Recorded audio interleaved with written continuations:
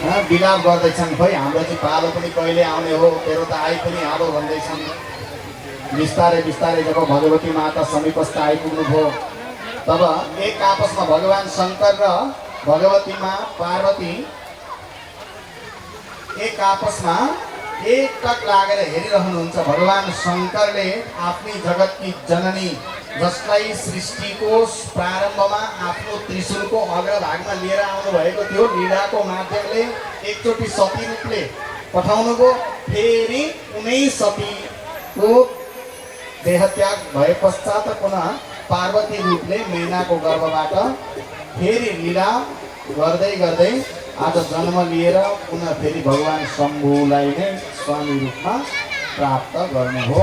यसै कारणले गर्दा एकटक लागेर दुवैले युग युगान्तर व्यतीत भएको कारणले गर्दा पुनर्मिलन भएको कारणले गर्दा एक आपसमा दर्शन गर्नुभयो दुवैले दुवैको। त्यसपछि भगवती माता पार्वतीले भगवान शङ्करलाई सुन्दर माला पहिरन गराउनुहुन्छ। मङ्गलम भगवान विष्णु मङ्गलम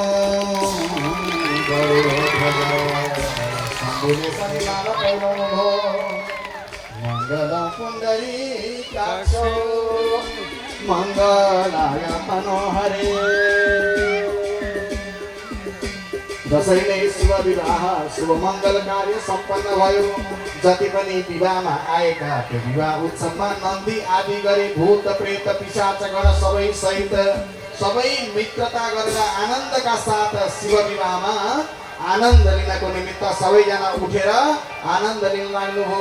बोलो शङ्कर भगवानको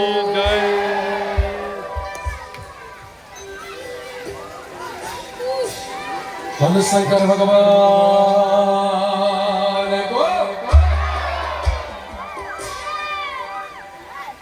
हिमाली